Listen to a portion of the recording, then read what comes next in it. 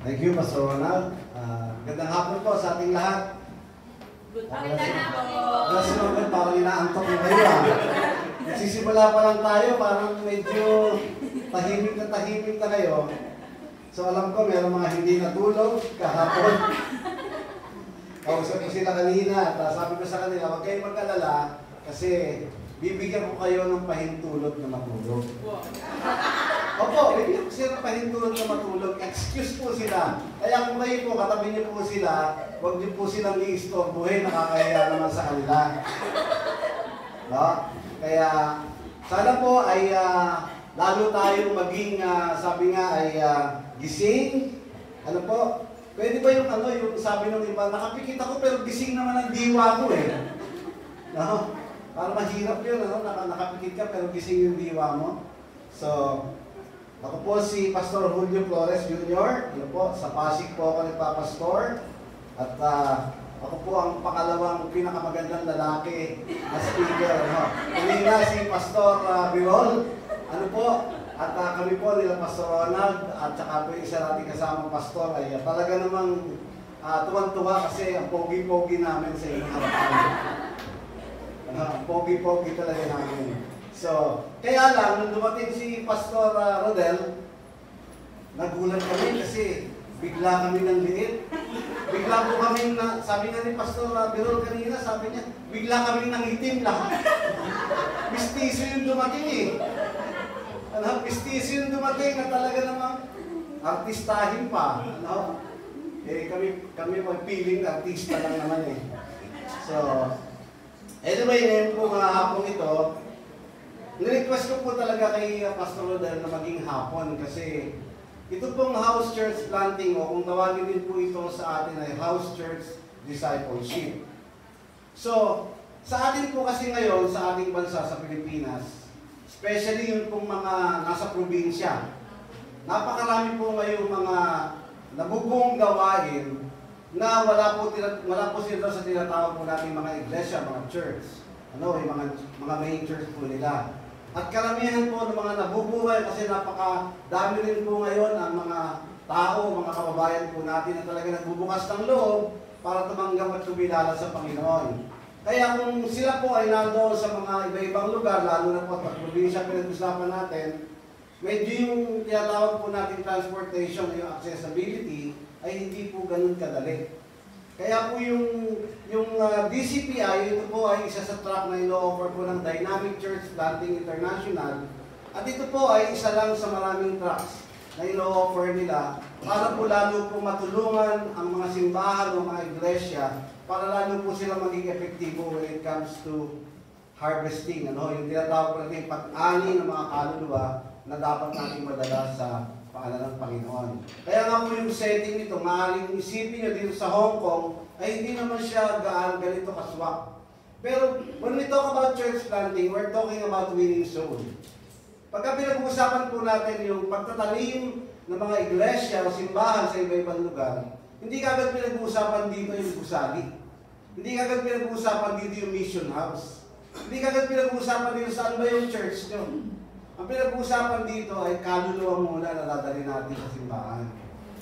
At importante na napakaganda nga nung tinuro kanina, na nabitin nga na nagturo kanina yung Pastor Birol at talaga namang kahit ako personally sabi ko talaga na-revive ako at gusto ko ulit tumanggap sa Panginoon. Gusto ko ulit, Lord! Talaga namang sabi ko nakakabit na. Ito sabi ko kay Pastor Rodel, sabi ko, one-day training din ito. Kasi meron itong mga tinatawag na teach it, share it, practice it, and apply it. Normally, pag ito train po sa mga seminar sa ating bansa, yun po ay mahaba talaga kasi may discussion, meron pong role-playing, para po maintindihan ng lahat kung ano po yung ating pinag-uusapan, ano po yung ating ginagawa. But because of time constraint po tayo, kaya kinakailangan po, medyo iwasan natin yung discussion, hindi po tayo masyadong mag-discuss, kundi we will just go direct po doon sa mga mahalagang bagay na dapat po natin maintindihan. Nung pong nakaraang Sabado, hindi po kahapon, nung last Saturday po, nag-start na po kami dito. At Sunday. Kasi po, iniisip nga namin, ano, baka nga medyo mabitin, kaya lang, kailangan ulit nating balikan, ano, para doon sa iba. At meron po itong manual. Ano po, meron po itong manual at meron po dyan, kung hindi po kayo naka-attend nung pong nakaraang linggo, ano po, meron pong manual dyan, pero meron po siyang fee na $30 just to cover the printing expenses and the freight. Ano, andyan po yan. Kasi hindi po kayo makakasunod sa training kung hindi po kayo magkakaroon ng manual. So nandyan po yan, mamaya po ay kumuha po kayo, kung sino man po yung pwede mag-assist sa atin, just please have that manual po para magtuloy-tuloy po tayo. I-assist na lang. Just erase nyo na lang po yung kamay, yung mga walang manual, at later na po kayo magbayad. Naalala ko tuloy yung yung nakalagay sa mga jeep sa Pilipinas, ano, God knows who does not pay. Kasi sa jeep sa atin di ba? God knows who does not pay. But anyway, ngayon pong hapon ito ay gagawin po natin itong mabilis kasi binigyan po ako ng permission ni Pastor Rodel bago pa kami magpunta rito for planning na po sa conference ito. Sige, sabi niya, bigyan kita ng hanggang 5. So, ayoko pong lumampas sa 5 kasi si Pastor Birol po talagang sabi ko, wow, talagang exactly on time. Sabi ko gano'n. Eh, alam niyo po, kasi kami mga pastor, pagka nag-preach kami, di ba?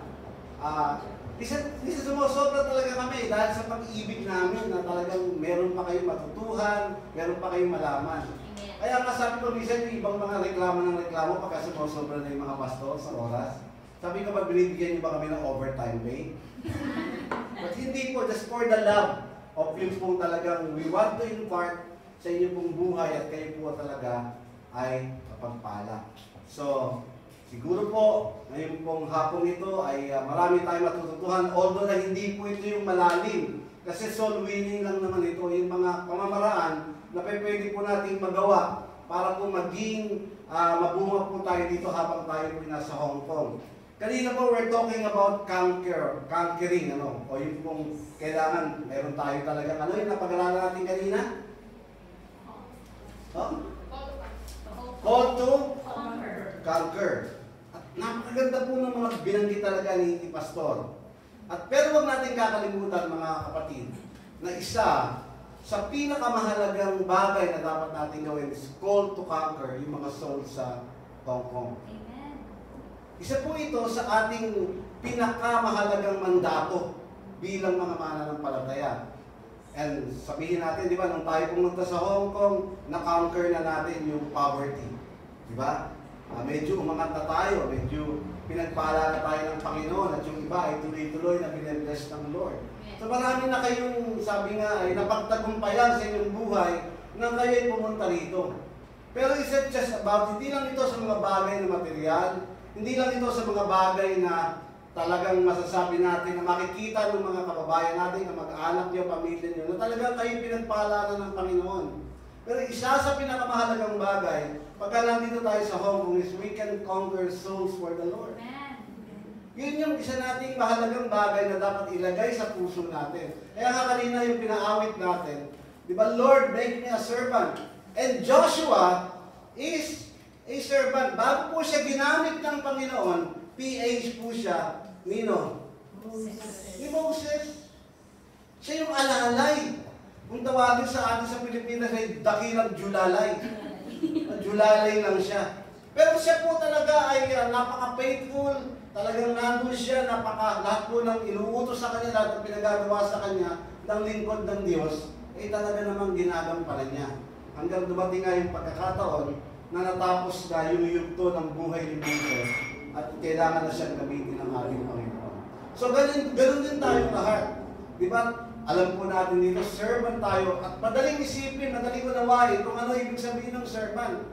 But we are here sa Hong Kong, hindi lang po para tayo maglingkod sa ating mga amo. Hindi lang tayo maglingkod sa ating mga, sabi nga, employer. At para doon sa sarili natin, di ba, para maranasan natin yung biyaya, yung tinatawag na kasaganaan ng buhay.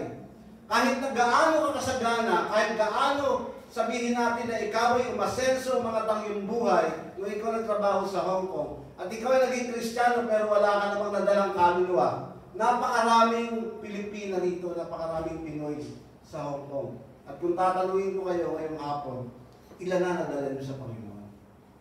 Ilang kaluluwa na yung na-conquer nyo na dinala natin sa Panginoon at ngayon ay nagpapatuloy sa Panginoon.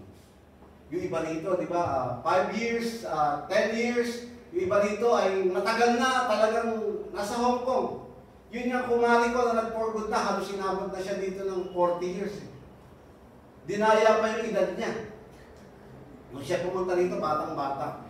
Pero nag-for good na siya. Pero nung siya nandito sa Hong Kong, talaga namang nagpapagamit siya sa Panginoon. Marami rin siyang nadalang mga kaluluwa, marami rin siyang mga kaluluwang inalagaan para magpatuloy sa Panginoon. Pero tayo po, na nandito ngayon, at tayo po ngayon ay, sabi nga, ay mayroong pagkakataon na nadinig natin ito, napakaganda nung napakinggan natin kaninang umaga at nahamon tayong lahat kasi yan ay ma-i-apply natin sa ating buhay, sa ating relasyon sa Panginoon. Pero isang bahagi po nito ay kaluluwa pa rin. Yun pa rin yung bagay na dapat nating isipin, pagtuunan ng ating pong pansin. Hindi lang tayo para dito po sa Hong Kong, para magtrabaho. So ngayon pong hapon ito, binanggit ko na po sa inyo na ang track po ito ay galing po sa Dynamic Church Planting International. Ang DCPI po ay meron po silang goal ng 5 million churches sa mga susunod na taon. At napakarami pong mga church planting na ginagawa ngayon sa iba't ibang panig ng daigdig. At ang pinagpe-pray lang po nila mga kapatid ay yung mga lugar talaga na napakahirap pasukin. Mga lugar talaga na matindi yung resistance, na hindi ka basta-basta makakapasok para maghahayag ng ebanghelyo ng Panginoon. At minsan nga ay kailangan mo magbuwis ng buhay para lamang talaga maihayag mo ang salita ng Diyos doon. Pero tayo dito, meron tayong kalayaan, walang pipigil sa atin, wala tayong mga, sabi nga ay mga tao na huhuli sa atin pagka tayo po ay naghahayag ng salita ng Diyos. Kaya napakahalaga na makita natin, makita natin yung oportunidad, yung pagkakataon. Not only to earn money, not only to have things, yung mga bagay na yan na pinapangarap natin, kundi makita natin yung pinapangarap ng Panginoon. Yung mga kaluluwa dito sa Hong Kong na ating pong madadala. So kahit po tayo ay pangkaraniwang mananampalataya, maunawaan po natin ito. Kaya hindi po ito masyadong mahirap. Sige po, nandyan po yung nandyan po yung ating manual. Sige po, yung mga wala po ay taas nyo ng inyong kamay, mamaya nyo na lang po yan bayaran. Meron na po kasi nauna rito, but atin po itong babalikan ng konti yung mga unang lesson na kanilang napag-aralan.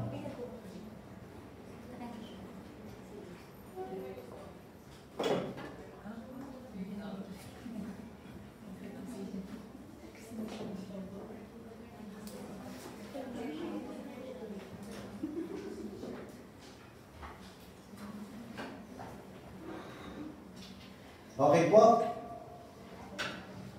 So dyan po sa inyong manual ay meron po mga blanco dyan at yan po ay yung sisikapin po nating mapunuan o matugunan ngayon pong hapong ito. At dito po sa ating pagsisimula, muli po pinapaaralan natin na ito ay very simple at ito po ay kahit baguhan ka sa Panginoon, kung di ka pa masyadong malalim, pwede kang gamitin ng Panginoon para makapagdala ng kaluluwa para sa Kanya. So, for each lesson po, doon sa normal, meron itong tinatawag na teach it, ibig sabihin through discussion of the Bible study, meron practice it, usually in a small groups of 2 to 5, with role-playing and activities. Mamaya po meron tayong konting role-playing. Konti lang kasi wala na po tayo masyadong time. About discussion, hindi na po tayo magdi-discuss ng mahaba para doon. And then meron po tayo tinatawag na share it. One person in a small group of about 6 share and teaches the lesson with their group. At yung pong kahuli-hulihan dito yung apply it. So definitely po, hindi po natin ito ma-apply dito sa atin. Pero pagka kayo po ay nandun na sa inyong mga lugar-lugar, sa inyong mga place of assignment, at pagka kayo po ay pupunta sa park, o doon po sa mga panahon na kayo po ay, sabi nga, ay nag-holiday, ayan, may pwede na po natin itong may-apply. So now, let's go to lesson number 1. Ito po ay step 1, seeing the empty fields. Ang unang-una pong bagay na dapat po nating maunawaan at makita pagdating po sa pagdadala ng kaluluwa sa Panginoon ay ito pong kailangan makita mo ang Hong Kong as an empty fields. O sabihin natin yun, dami namang Christian dito, dami namang churches dito sa Hong Kong. Pero siguro, hindi lingid sa inyo every Sunday. Diba? Ilan yung nasa church? Ilan yung nandun sa mga bridge? Ilan yung mga nandun sa daan? Diba? Kaya kung titingnan po natin, napakaraming mga empty fields. Napakaraming mga tiwangwang na mga lupain na dapat ay mataniman natin at mahasikan natin ng mga binihi ng salita ng Panginoon. So yun ang ating uunahin ngayong umaga nito. Dito po, ngayong hapon ito, dito po sa ating unang paksa, dito po sa inyong mga student manual, nakalagay po dyan, God's concern. Sabi nyo, God's concern. God's concern. Ano ba yung talagang gusto ng Panginoon na mangyari, lalo na sa mga panahong ito na alam nating marami ng senyales, marami ng tanda, marami ng mga nakikita tayo na tila baga nagguhudyat na hindi na magtatagal ang mundong ito at ang Panginoong Yesus ay babalik na. So, ilang beses na natin nadinig yan, ilang beses na natin nakita yan sa ating kapaligiran, sa mga balita, sa mga nangyayari sa atin, sa ating bansa, sa iba-ibang lugar. At iyan ay nagpapahayag at nagpapahiwatig na tunay nga na malapit nang dumating ang Panginoon. Bagaman walang nakakaalam, bagaman hindi tayo magtatalaga kailan bang, ano bang taon yan, so matagal pa ba yan? Pero alam natin, sabi ng isang pastor, sabi niya gano'n, normally kasi sinasabi natin, di ba, we are now in the last days. Totoo po yun. Pero meron din ako narinig na isang pastor, ang sabi niya, we are not in the last days. We are now in the last hour. Kasi when you talk about last days, 24 hours pa yun. Pagka hours ang pinag-uusapan, oras na lang. Ibig sabihin, time is so short. Kukunti na lang ang panahon. Kailangan makita natin yung puso ng Panginoon, yung nasa damdamin ng Panginoon, na gusto niya marami pang mga kaluluwa ang madala natin sa Panginoon. At kahit kayo nagtatrabaho dito, ay gusto ng Panginoon magamit tayong lahat, magamit kayong lahat bilang instrumento at pagpapala ng mabuting balita ng kaligtasan para sa ibang tao. Hindi lang natin intindihin na ligtas tayo. Hindi lang natin intindihin na tayo nag-church. Kaya nga di ba maraming siguro mga kapatid tayo sa Panginoon sa lugar ng Hong Kong na kung tatanungin mo sila on the spot, ilang taong ka na sa Hong Kong, 5, 10, ilan ang dala mong kaluluwa sa Panginoon. Parang mahirap sagutin di ba? Dahil ang totoo minsan, parang hindi natin ito binibigyan ng bigat at halaga sa atin. Because ang gusto natin, yung sarili lang natin. Ang gusto natin ay makita talaga natin yung sarili natin ay uunlad, lalago, at minsan sa iba ay wala tayong pakialam sa kanila. So dito po, sabi po ganyan, sa inyo pong blanco, dito po sa number 1 God's concern, ang unang-una pong blanco dito ay vision. God's ends vision. Sa Habakkuk chapter 2 verse 14, sabi dito, for the earth will be filled with the knowledge of the glory of the Lord as the waters covers the sea. Darating daw yung panahon, darating daw yung pagkakataon na sabi kong ganyan na ang sanlibutan ay mapupuno ng kaalaman, ng kaluwalhatian ng ating Panginoon kung paano daw po natatakpan ng tubig ang karagatan. Ibig sabihin, magaganap po yung pagkakataon na yun that people will be filled with the knowledge of the glory of the Lord. At yun yung isang bagay na paano mangyayari ito? Paano magaganap ito? Di ba, of course, hindi naman basta magaganap lang ito ng ganun-ganun lang. Hindi lang ito magaganap dahil sinabi sa Bible na magaganap ito. Pero meron ding mga tao, meron ding mga lalaki at babae na na kailangan kasangkapanin at gamitin ang ating Panginoon. Sabi pong ganyan ng isang survey sa population, nung nakaraan binanggit ko, ay 7 billion. Ano po ang population daw ng buong mundo. Kanina, tinignan ko ulit, at siguro medyo siguro mga 2022. Kanina nag-update ako, at ang sabing ganon doon sa aking nakita, ay ang population doon ng buong mundo ngayon ay 8.1 billion. Wow! 8.1 billion. At yung Christian, those who claim to be Christian, yung mga tao na sinasabi nila, Kristiyano ako. Alam naman natin, di ba, binanggit ko sa inyo na nakaraan, meron dalawang klase ng Kristiyano, di ba? Professing, tsaka possessing Christian. Yung professing, nagsasabi lang siya na Kristiyano siya. Nagsasabi lang siya, umaten ako sa ganitong church. Pero, hanggang labi lang. Di ba, sabi ganyan, these people worship me by their lips, but their hearts are very far from me. Ang mga taong ito, sinasamba ko sa kanilang mga labi, pero ang kanilang puso ay malayo sa akin. Kristiyano sa puso, hindi sa puso. O, di ba? Magkatunog, di ba? Puso at puso. So, pag-iisipin natin, ganun pala kadami ang populasyon ng buong mundo, 8.1 billion, at ang sabi nila, ang Christian daw, those who claim to be Christians is only 1/3. Hindi pa totoo yung iba ron. At ang pinakamarami daw doon ay yung tinatawag 25.4 is a Muslim. At yung pong 15.1 ay Hindus. Sa atin ngayon, di ba, binanggit ko nung nakaraan. Dati, para mahirap i-evangelize yung mga Muslim. Kasi you have to go to Mindanao. Kailangan pumunta doon sa mga teritoryo nila para talaga magkaroon ka ng pagkakataon para sila ay mabahagian ng salita ng Diyos o ng mabuting balita ng kaligtasan. But that was long time ago. Diba nakakatakot noon? Punta ka sa Mindanao, gusto mo mag-mission sa Mindanao, muna, pwede ba sa Bisaya na lang?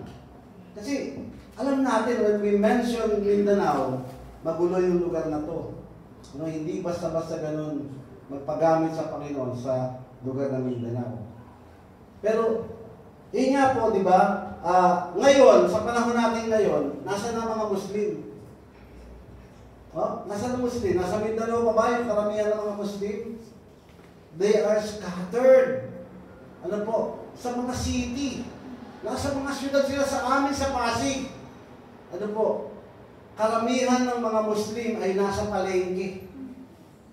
Masyado silang mga talagang negosyante, masisipag, at talagang matyaga sila. At ngayon, dati walang kamoske-moske sa Pasig. Meron lang akong alam na dating moske doon sa Bikutan. Andun yung mga Muslim. Kaya meron mga lugar doon sa Bikutan na talagang teritoryo ng mga Muslim. But those were yung mga panahon na yun ay matagal na. Now, kalat sila. I'm talking with Pastor Joy. Sabi niya, sa Baguio. Sa Baguio daw, makikita natin na yung mga nandoon sa palengke. At mind you, hindi ito mahihirap. Mayayaman sila. At base sa sharing namin ni Pastor Joy, yung mga dating mga Katoliko doon, nagmumuslim na kasi binibigyan sila ng puhunan para mag-Muslim. 200,000. Imagine nabibili yung kaluluwa nila ng 200,000. So, ganun sila ka-aggressive. Ganun sila talagang all out to win soul para doon sa kanilang pananampalataya. Pero tayo minsan, we take it for granted. Binabaliwala natin. When we see soul, are we seeing soul as an empty pills? Pagka ba nakikita mo yung mga kaibigan mo, kakilala mo yung mga tao dito sa Hong Kong, na instead na nasa church sila pero nagkakalat-kalat lang sila sa iba-ibang panig ng Hong Kong, hindi ka ba naahabag? Hindi ka ba naaawa sa kanila? Wala bang sabi nga ay udyok sa iyo na baka gusto ko silang sharean. Gusto ko mag-witness sa kanila. Gusto ko silang bahagian ng kaligtasan ng ating Panginoon, ng ebanghelyo ng kaligtasan ng ating Panginoon. Kaya nga po, napakalaki ng ating pong responsibilidad. Napakalaki ng gawain natin dito sa Hong Kong. Diba? Ang pagiging Kristiyano sa Hong Kong ay hindi lang maging Kristiyano kapag araw ng linggo. Diba? Yung mga ibang araw, yung mga ibang pagkakataon na binibigyan tayo ng Panginoon, dapat naunawaan natin ito. Ito yung mga pagkakataon baka pwede natin gamitin para makapagdala tayo ng kaluluwa sa paanan ng ating Panginoon. Then yung pangalawang pong